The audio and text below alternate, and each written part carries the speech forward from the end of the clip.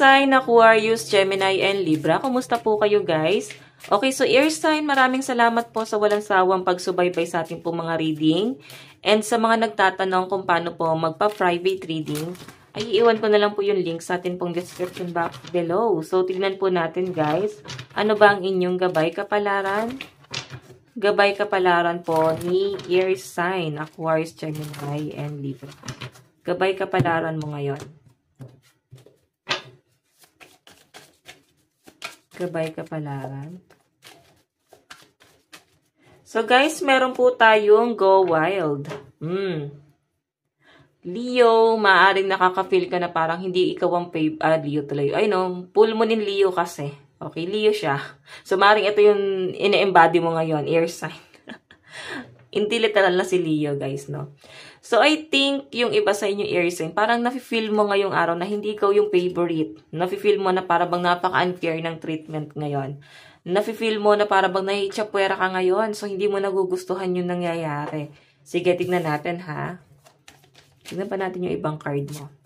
Meron po tayong push through any insecurity. Meron tayong cool your emotion. So, yun guys, maaaring ang mga kadil mo ngayong araw ay Leo, Cancer, and Aries. So guys, sa pinapakita sa akin dito, pwedeng ikaw yung tipo ng tao na tahimik lang talaga. Tahimik lang, nasa sulok, kaya mo na pinapansin. Okay ka na doon, okay?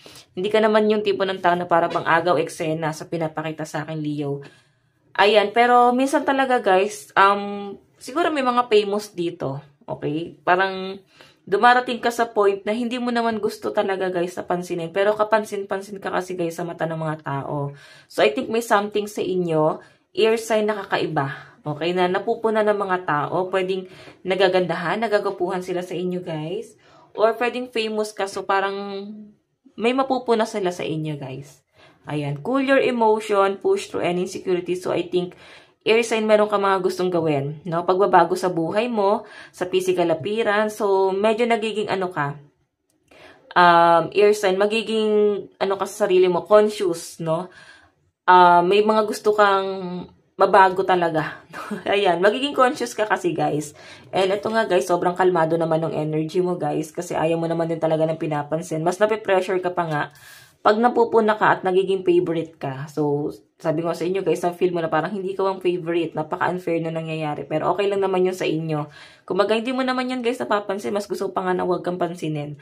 Okay, sobrang kalmado ng energy ng mga air sign ngayon. So, tignan natin. Overall energy, air sign.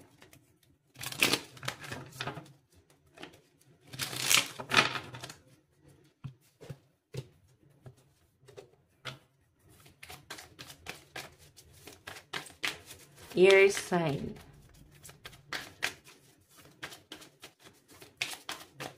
So guys, meron tayong profession. Expertise, omniscience, talent. Ayan. So sa pinapakita sa akin guys, meron kang i-enhance. As in, todo na to. Ganun yung na-feel kong energy mo. May mga bagay kang ipo-pursue. Changes na gagawin pagdating sa inyong career. Okay, mas itotodo mo pa yung talent mo. Kasi nakikita ko sa inyo guys, lahat gagawin mo ngayon para lang sa stability. Lahat gagawin mo para sa career mo. Okay? Sige, tignan pa natin guys. Meron po tayong sweet dreams.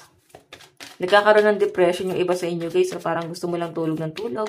Or pwedeng wala kang gana ngayon, gusto mo lang magpahinga. Okay?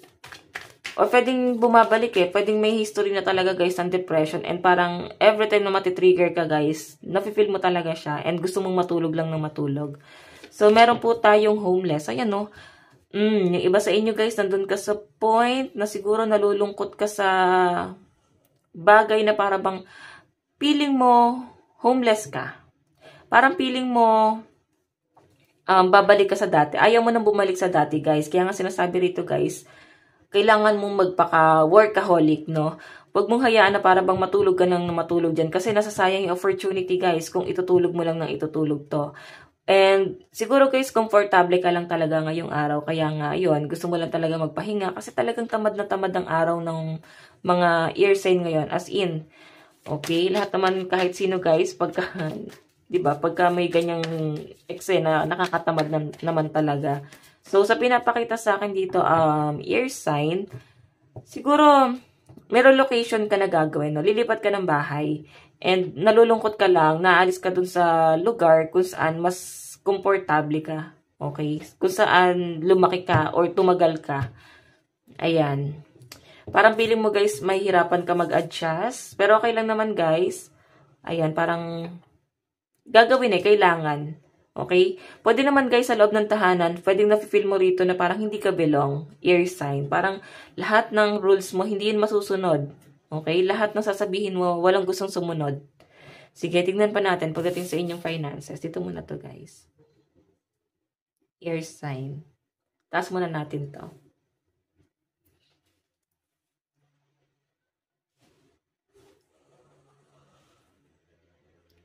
Okay. Ang bagal guys, skip nyo na lang.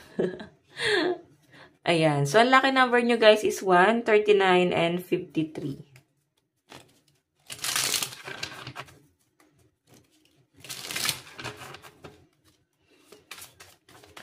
Finances po ni air sign, Aquarius, Gemini, and Libra.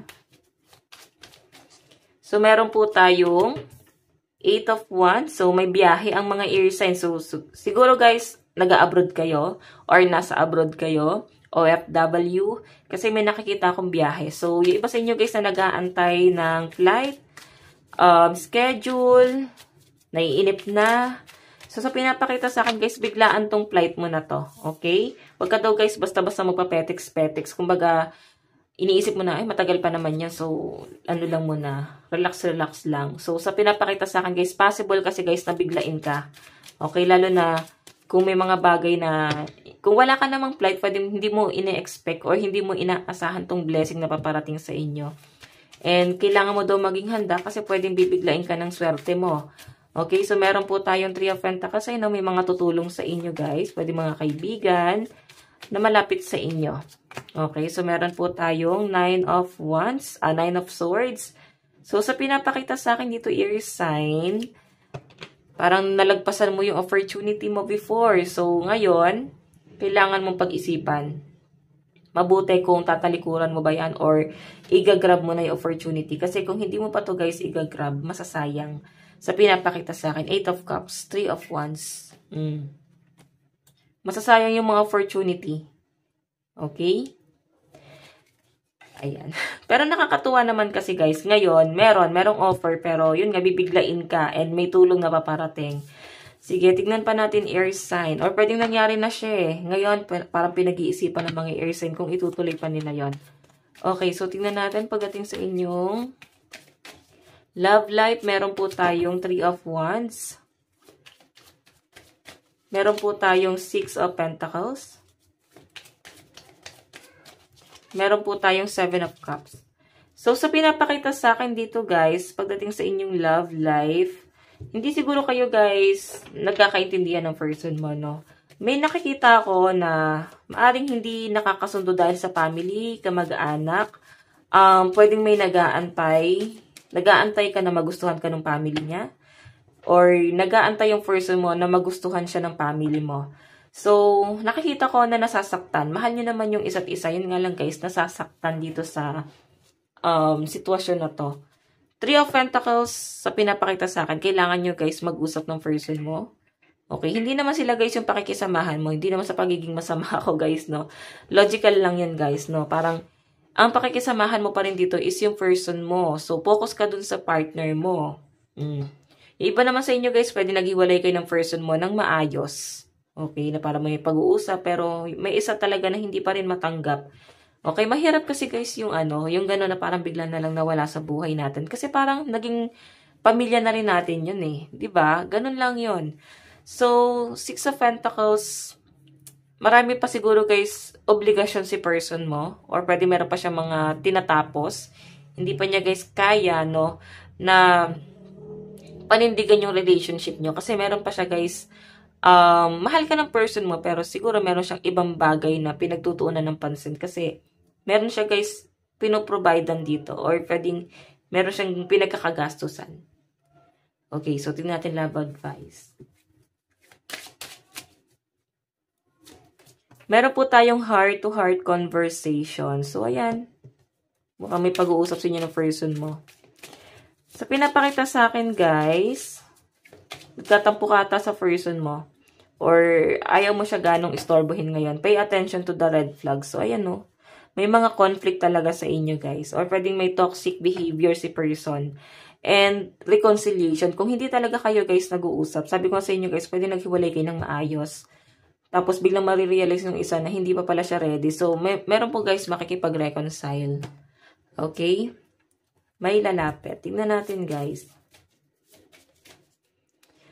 Meron po tayong heart. You begin to feel your heartbeat faster when you are close. So, may parang, pwede naman guys na nasa abroad ka. Pwedeng kayo pa ng person mo. Pwedeng bumuo na kayo ng pamilya, pwedeng may pregnancy. So, air sign, expect mo, no? Parang ilang araw ko na nakikita tong pregnancy na to. Baka may pag-worry ka about pagbubuntis. Okay? Or pwedeng ito yung gusto mo, no? Na mabuntis ka muna talaga. Or magbuntis yung person mo. So guys, ito lang naman po ang inyong reading. Hanggang sa muli, God bless and love you all. Thank you!